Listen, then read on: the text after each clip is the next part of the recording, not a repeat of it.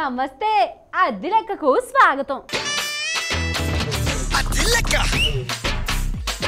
తెలంగాణలో తెలుగుదేశం పార్టీ రోజు రోజుకు బావిలో నీళ్లు అడిగంటిపోయినట్లు అడిగంటిపోతుంది కదా. అలా అడిగంటిపోకుండా ఆ నేలను కాపాడుకోవడానికి నానా తంటాలు పడుతున్నారు టీడీపీ నేతలు. దానికోసం కుస్తీల మీద కుస్తీలు పడుతున్నారు. ఎప్పుడు ఎక్కడ వాడని డైలాగులకు పని చెబుతున్నారు. మరి ఆ డైలాగులు విని మీరు ఏం చేస్తారో చెయ్యండి.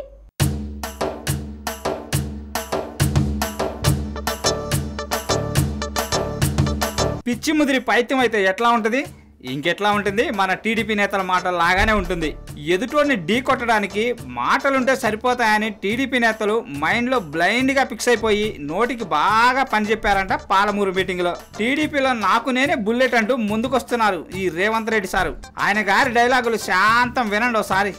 ఒకనాడు తెలుగుదేశం పార్టీని ఫినిష్ చేస్తా అని రాజశేఖర రెడ్డి గారు అంటే 48 గంటలు తిరిగే లోపల పావురాల గుట్టలో పావురమై ఎక్కడికి పోయిందో కూడా ఈ రోజుకి అడ్రస్ లేదు. ఏం సారు, అందరికంటే నీకే ఎక్కువగా పిచ్చి ముదిరినట్లుంది. ఈ రోజు కొత్త కొత్త డైలాగులు పని చెప్తున్నావుగా. ఏందది? పావురాల గుట్టలో పావురమై ఎక్కడికి పోయారో తెలీదా? ఆయన కనపడకుండా నువ్వే ఏదో చేసినట్లు బాగానే చెప్తున్నావుగా. ఇంకో డైలాగ్ ఏంది? టీడీపీని ఖాళీ చేయించడానికి అది ఫామ్ హౌస్ లో మందు బాటిల్ కాదా? వారెవా, అబద్ధమాడినా అతికినట్లు ఉండాలి సారు. మందులో సోడా పోసుకోవడానికి మీ వాళ్ళే కరెక్ట్ అని ఆ కేసీఆర్ అంటుంటే నువ్వేమో అది మందు బాటిల్ కాదంటూ ఏదో చెప్తున్నావుగా. తెలంగాణ జిల్లాలో దాదాపుగా 10 జిల్లాలలో కరెంటు కట్టు చేసిండ్రు. ఎందుకంటే పాలమూరు జిల్లాలో తెలుగుదేశం పార్టీ ఈ సభను చూస్తే 10 జిల్లాలలో మన కార్యకర్తలు ఉప్పెనలా ఉప్పొంగుతారని చెప్పి కేసీఆర్ భయపడి ఈ రోజు జిల్లాలలో కరెంటు కట్ చేపించిండు. అబ్బో, నిజంగానే భయపడ్డారు కాబోలు. అందుకే మీ వాళ్ళని తోడు రమ్మని తీసుకుపోతున్నారు ఆ కేసీఆర్. మరి ఆయన భయపడ్డారు, మీ వాళ్ళు భయపడ్డారు, పోయి మీ వాళ్ళని అడుగోసారి. అది కాదు కానీ ఇప్పుడు నేను ఒక సామెత చెప్తా ఇనుకో. అమ్మకు అన్నం పెట్టలేని వాడు పిన్నమ్మకు పట్టు చీర పెడతారట. బాగుంది కదా, నీకోసమే ఎతికెతికి మరీ తెచ్చిన. ఎందుకంటే మీ నియోజకవర్గంలోని పేదోళ్ళు ఇల్లు కట్టుకుంటే సాయం చేయలేదు కానీ ఏపీ రాజధాని సాయం చేస్తానని చెప్పావు కదా అప్పుడు. అందుకే ఇప్పుడు వినిపిద్దామని చెప్పిన ఆ సామెత.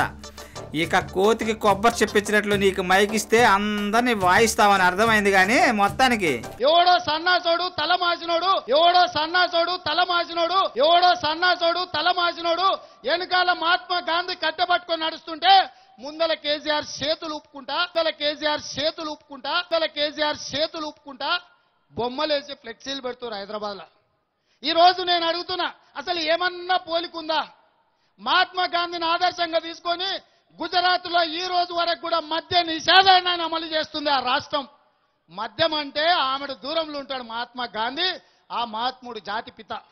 ఈయన మద్యం లేకపోతే 3 నిమిషాలు ఉండలేడు. ఈయన మద్యం లేకపోతే 3 నిమిషాలు ఉండలేడు. 2 వేస్తే గానీ లేవలేడు, 4 వేస్తే గానీ నిలబడలేడు. ఆయన జాతి పితనంట, ఆయన తెలంగాణ పితనంట, ఆయన తెలంగాణ తెచ్చిండంట. ఇది ఈ వాటి లెక్కలు. ఇంకా మరిన్ని లెక్కలతో రేపు ఇదే టైంకి కలుస్తాను. అంతవరకు సెలవు. నమస్తే.